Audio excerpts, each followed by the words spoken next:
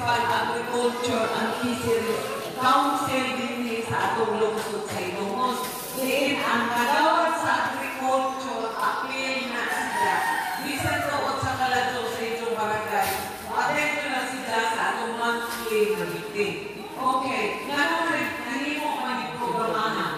Ang ang nato mo, Ilongos mong mag-uuman at kayo sa baratong bugas kaya. Ngayon na, himo malisita. Sa uwan ng mga lungsod na apod pero lahi mo sa ilang kamaan.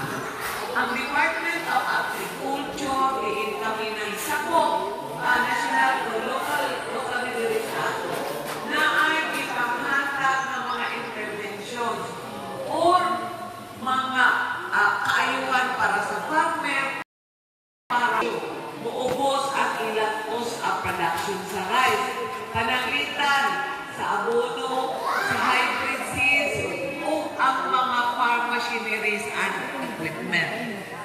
Kana sila, baka paminus na sa cost of production sa atong mag-uuma. So, isip, in return ba sa atong mga mag-uuma tungod kay sa ako nang giingon, bisan sa kadako sa humadyan sa Ilongos, dili tanan na ay humadyan, di ba?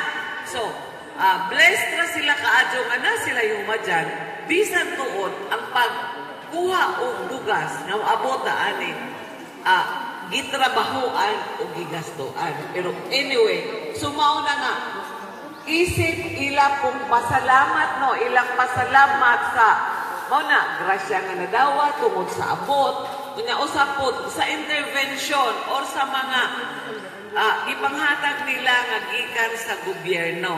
Amo nang gikasabutan uban sa mga mag-uuma nga mga nayhumadyan nga sa ilang madawat nga pananglitan usa ka ektarya muhatag pud sila, it's not hatag kundi hatag lagi usa ka sako or 50 kilos.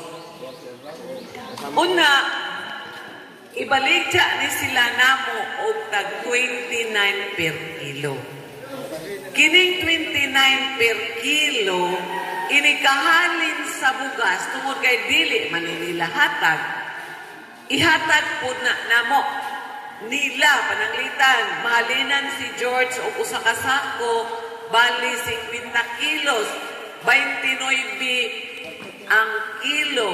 Ang usa ka sako ingana is 1,450. Kana si halin sa usa ka sakong bugas, ibalik po na namo ni George.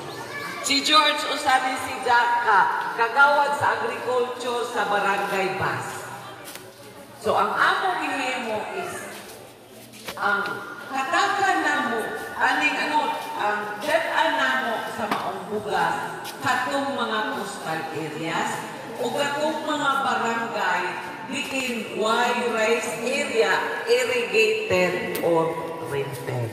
So nahuman na San Antonio nga dito sa Katipunan, humanapod ang Katipunan, sa coastal area Bantigi o Cantandugdos, nga tungod ang inyong kapitan, sige nga to sa opisina, kanus aman ang utanan. So mana nga ni ami karon dinhi sa utanan.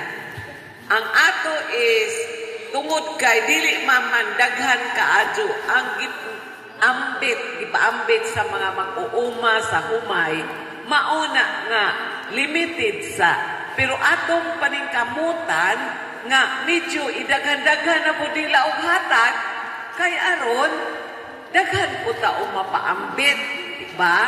So kana si Jais ang atong local government unit wa na gipalit kundili sa maadyo ra gud na nga buot maadyo nga sabot-sabot o maadyong konsensya sa atong mga tao. Isip mao na gitawag nila nga social responsibility sa isig kahilomos. So inikahalin ana, ihatag na po, makita ninyo no na kung kinsa ng sako mao na ang pag-ija sa bugas. Pero tungod lagi sa pag-harvest kay uwan-uwan, pareha karon uwan init, dili jud ka ka-expect na puti kaadto ang atong bugas. Kay kamo ka-experience man pod mo no, og naapod mo maani, og dili mabuwa diretso di ba puti, di ba? Pero rest assured ang atong bugas gikan jud na sa dungos. O karon po na nga harvest, lahi po og atong una pang cropping George no. So, mao na karon na di man tuod na puti kaadyo, aguban puti kaadyo, aguban dili po. Pero karon abot jud na karon nato nga mga karon nga season. So, tungod lagi kay limitado ra man pod, ato ingani is 5 kilos per family. Pananglitan sa usa ka sa usa ka household no, di ba? Duha ka pamilya, pwede mo palit bali duha, pero ilista na siya dire na asa man tong ubang mamalit atong ibutang o pwede manglingkod unta diri ba kay atong aron mapakita nato sa mga rice farmer po dito ba sa lungsod na mauni siya ang namalit o bugas sa barangay utanan. Ang pagbaligya sa usa ka barangay, anira Diyos inyong barangay ha, dili na mo pwede mo ngadto sa opisina aron mo palit o bugas. Ha? Dili na mo pwede mo ngadto sa opisina para pamalit og bugas kay wa man mi dito na maligya og bugas. Ato ramang gida ang bugas dire aron dili na mo mamiliti kay pila ragoy 5 ka kilo. So nagpasalamat po ta sa local government unit nga ipahiluna gajud na ay kasakjan. Namo bisag limitado atong sabjanan karon gipahiluna nga makaabot jud dinhi ang bugas. Unsay pangutana? Nay pangutana? Oh. So, mao na si Jaha ang atong bugas gikan sa atong mga taga-hilumos nga mga mag-uuma makita diri hilumos nung pag-uuma nagkahiusa. Baratong bugas kaya. Limitado ra laman.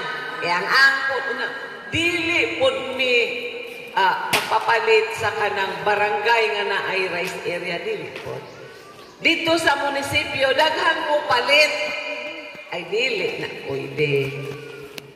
Pero case to case basis. Wa po mi kadto na maligya sa munisipyo para sa empleyado.